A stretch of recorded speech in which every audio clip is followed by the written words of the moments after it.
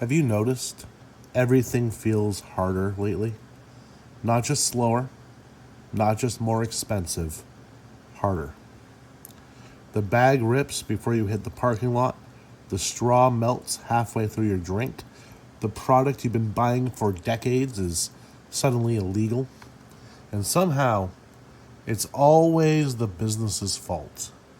Not the law, not the policy, not the people who wrote the stupid rule. The cashier, the barista, the CSR, the contractor. The state didn't just regulate products. It rewrote the customer journey, and it handed the enforcement to frontline workers who never agreed to be the villain. So today, we're talking about paper bags, paper straws, product bans, PAGA, licensing rules, and how bad policy turns good companies into punching bags. This isn't going to be about politics. This is customer experience under constraint. And if you run a business or you're a customer who's tired of being annoyed, this episode is for you. You get to see my inner libertarian, and trust me, we all have one, come out. Now roll that beautiful bean footage.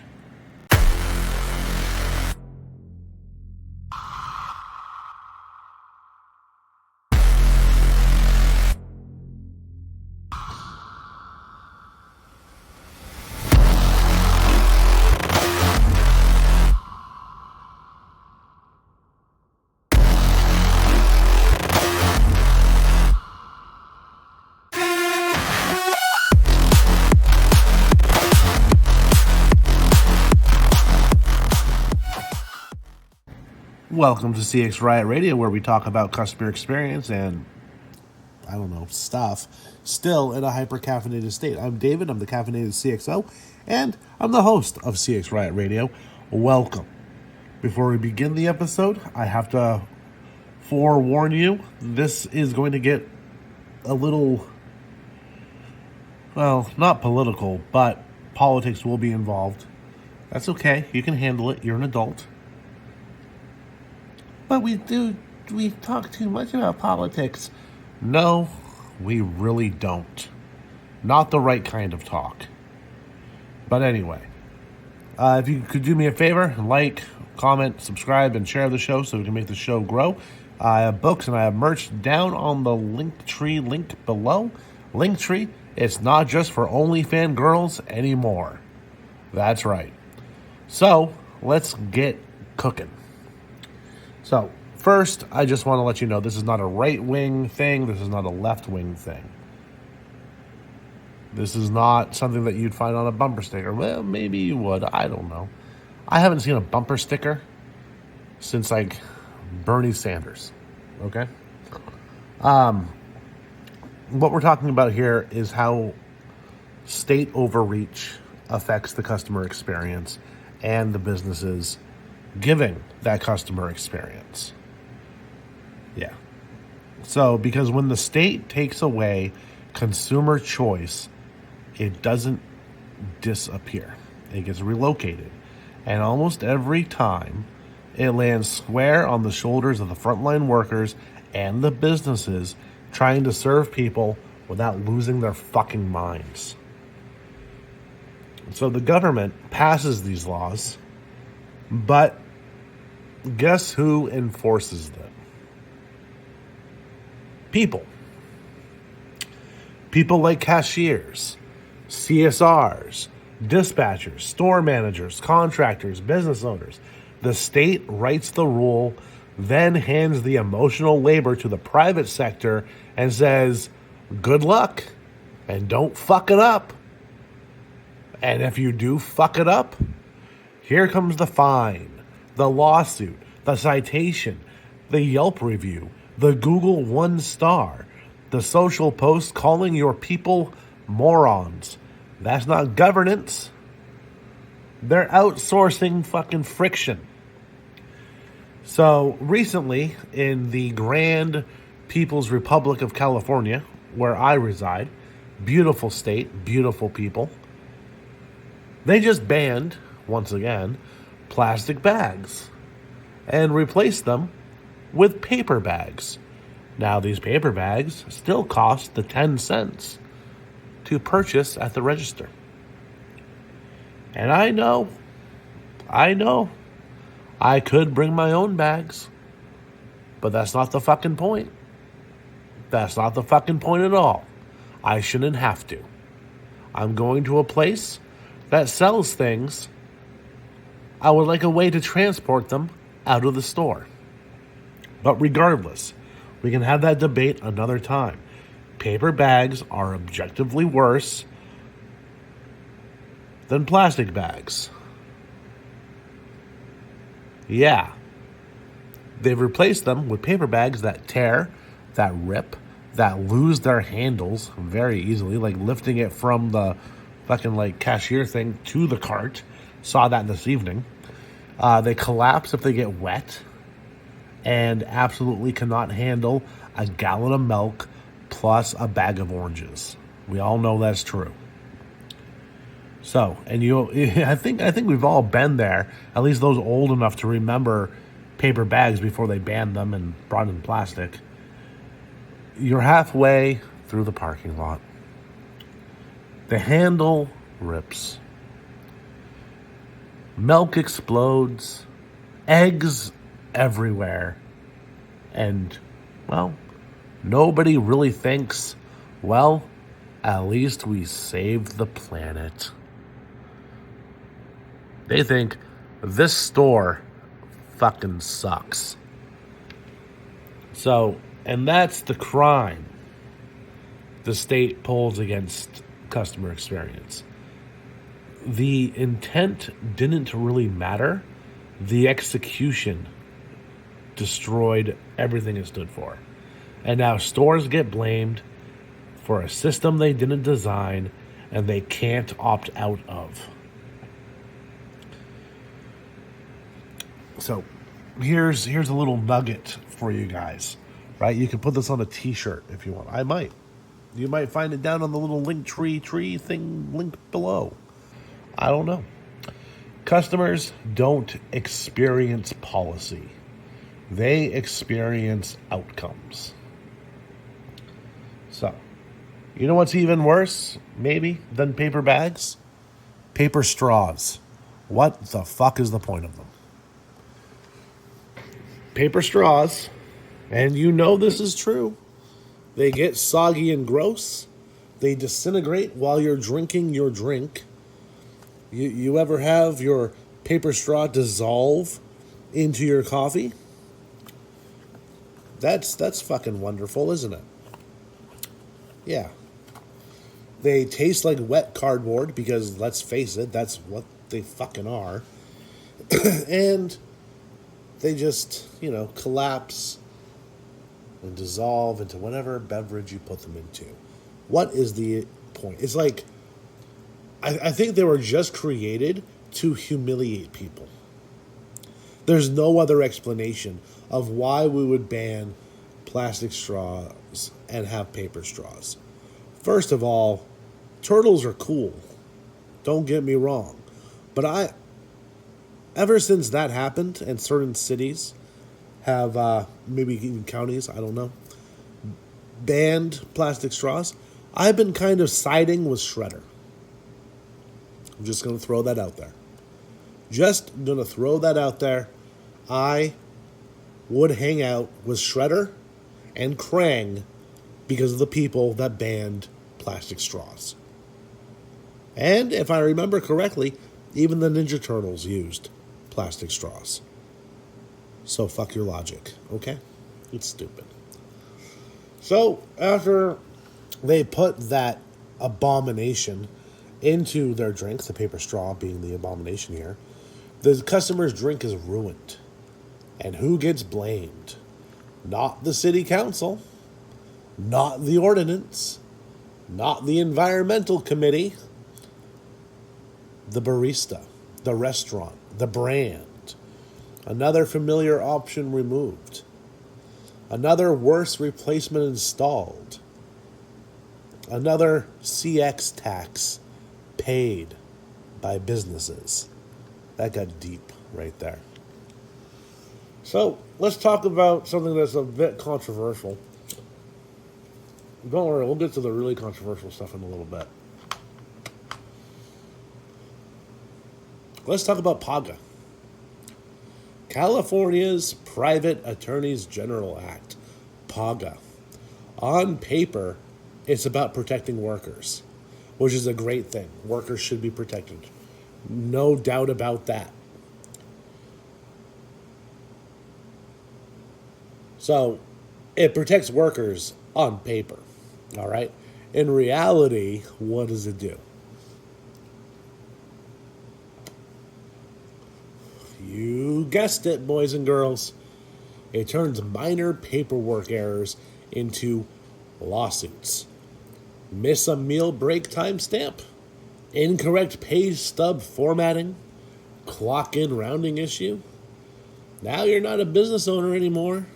You're a defendant. So, and is making a lot of attorney offices very rich, very fast, even if the employee they strong-armed into filing the lawsuit loses. So,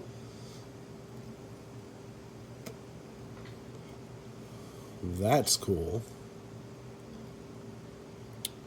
So, and this is where customer experience gets hit with it, right? Because instead of investing in training, staffing, better tools, better service, better software, better everything, companies now have to divert money into compliance consultants, more attorneys, more audits, more defensive operations. And that cost doesn't vanish. It doesn't get swallowed by the company. No. Where do costs go? To the consumer. And sometimes, yeah, that shows up as higher prices. But other times, it shows up as shorter hours, fewer staff, slower service, burned out managers, and risk-averse leadership. PAGA doesn't hurt customers directly. It starves experience indirectly. It's bad. Let's talk about the CSLB, the California State Licensing Board. Why not? So in the trades in California, we have the CSLB. Their regulations are pretty strict, and to be fair, to be absolutely honest with you, some of them should be. So, yeah, I mean, it's not an overly evil thing, right? And neither is PAGA, of course. How they're used and how they're leveraged is another story. So, the impact from the CSLB onto plumbing companies is delayed scheduling, reduced availability, higher prices, fewer licensed operators willing to expand, and more hoops between problem and solution. Yeah. So when a homeowner calls and says, hey, why can't you come today? The answer isn't, well, we don't care. No. The answer is usually we're navigating a maze of rules while trying not to get fined into oblivion. Again, the customer doesn't experience the regulation. They experience delay. And delay feels like disrespect even when it isn't. Now, like I said, the CSLB and even PAGA does some good, right? There are asshole businesses out there that would take advantage of their employees and their customers. Those people are assholes. Those people should go out of business. Hands down. 100%. That's not everybody, though. So, where else has the government, the state, the tyrants in the city halls overstepped? Well, let's find out. Let's talk about tobacco, right? Let's talk about nicotine. I happen to be a big fan. Now,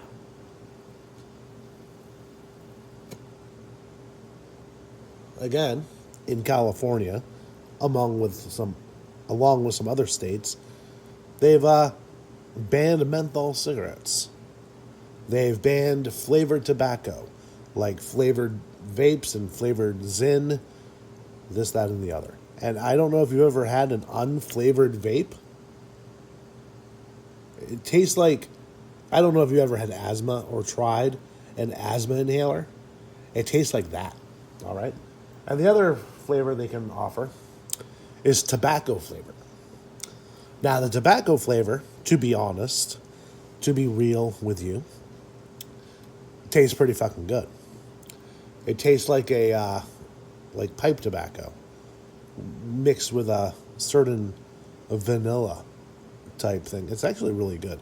Goes really nice with like a nice cup of coffee. So, whether you like tobacco or not, it doesn't really fucking matter, does it? It's a legal substance.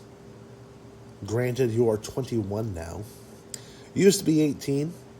Used to be you could join the army, vote, and buy your first pack of cigarettes all on the same day, if your birthday lined up to voting day. But now it's 21, which is a whole other thing. But whether you like tobacco or not, it doesn't matter. What matters is what happens to the consumer, the people who are willingly buying things. So a customer, after the ban, walks in to a convenience store, maybe a smoke shop, and asks for a product they've been buying for 10, 15, 20, maybe even 30 years.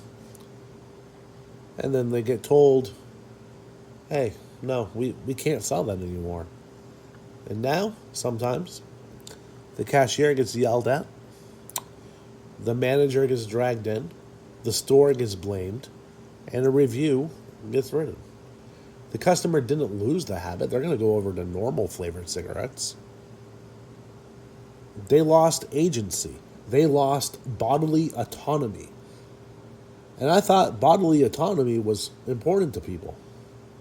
I guess it's not when it comes to things that people legally put into their own body. I don't know.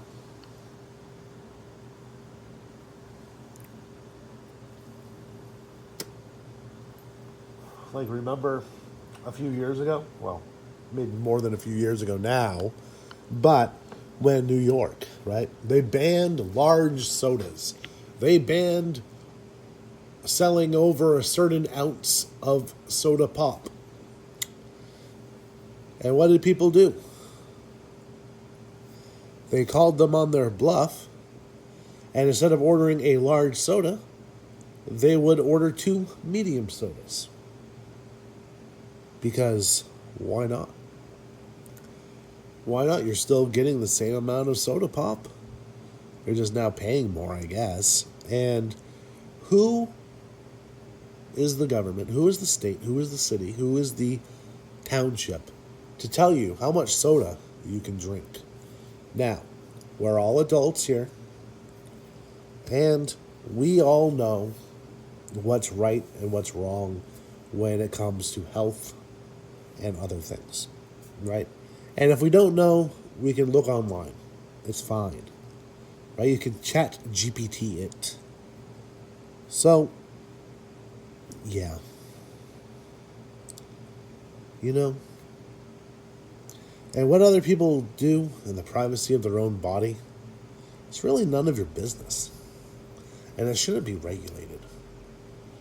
You know, I'm against, like, for the most part, I'm against syntax, too.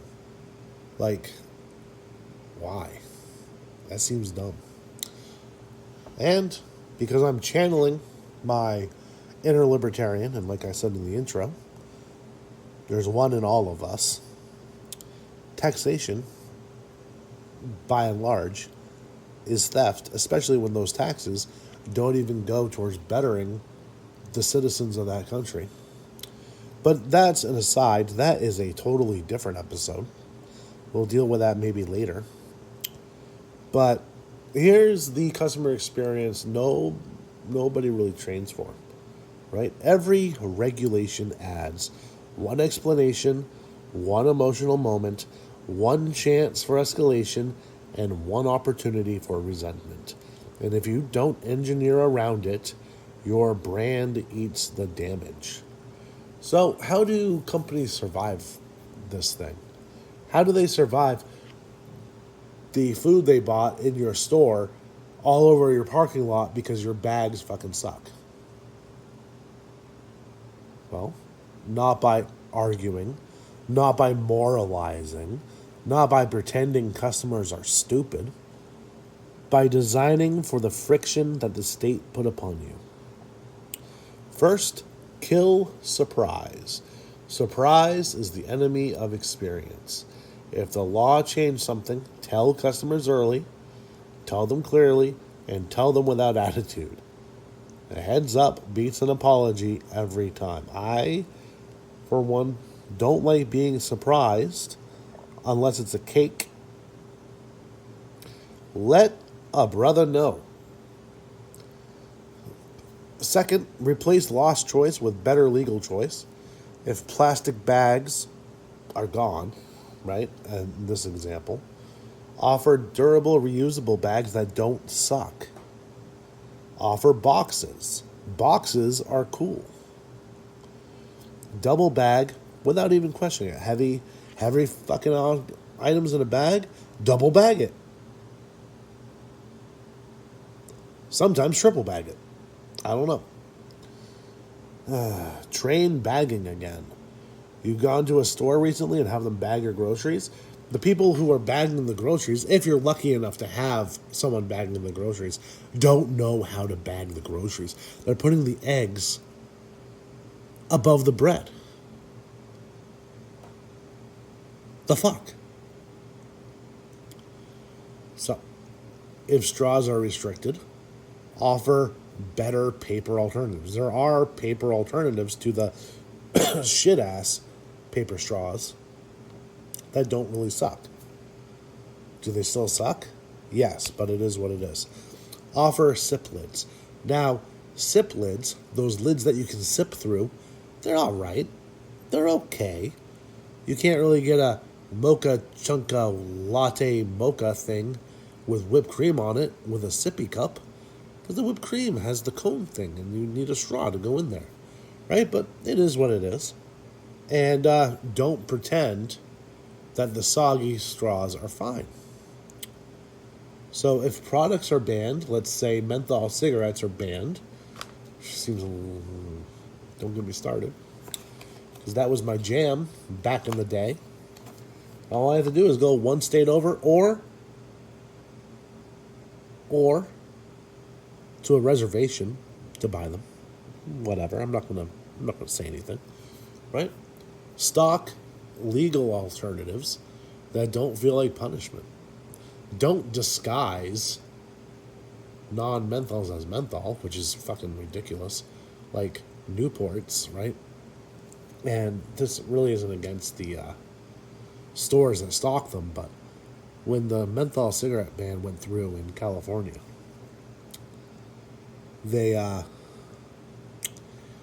Newports came in with green packaging. And as you know, green is the color for menthol. Same packaging, just a non-menthol. The fuck? Okay? Alright, and redirect your customers to the new products, even though the new products don't have that nice, minty, refreshing taste to them. So,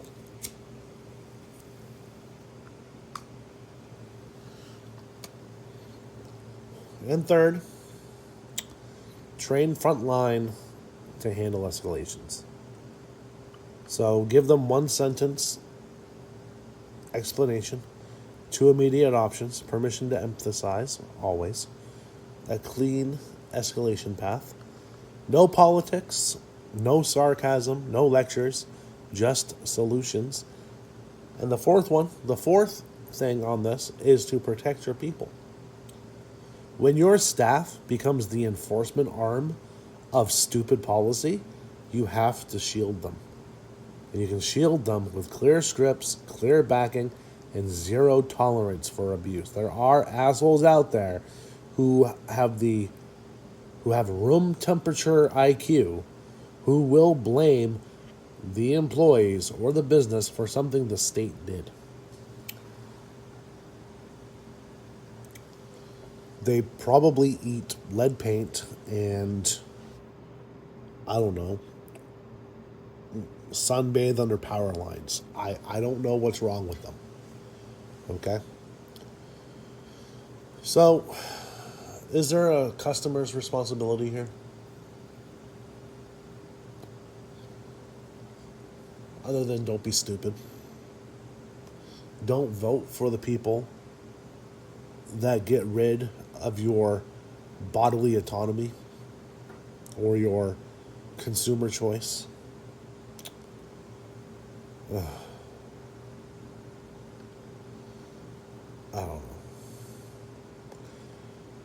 But at the end of the day, when choice shrinks, when choice is taken away from people,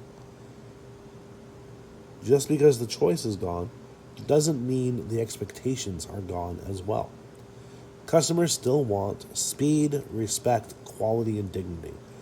And it's the job of customer experience leaders to deliver that inside tighter and tighter constraints. Regulation, at the end of the day, is friction. Friction is cost, even if it's not monetary. Cost shows up as resentment if you don't manage it. You don't control the law, but you do control how it feels. And the best companies, they don't complain, they don't preach, they don't blame customers, they engineer around the state's stupidity. Because customer experience isn't about unlimited choice. It's about respecting the customer even when the state does not. And that's today's CX Riot Radio. I'll see you next time.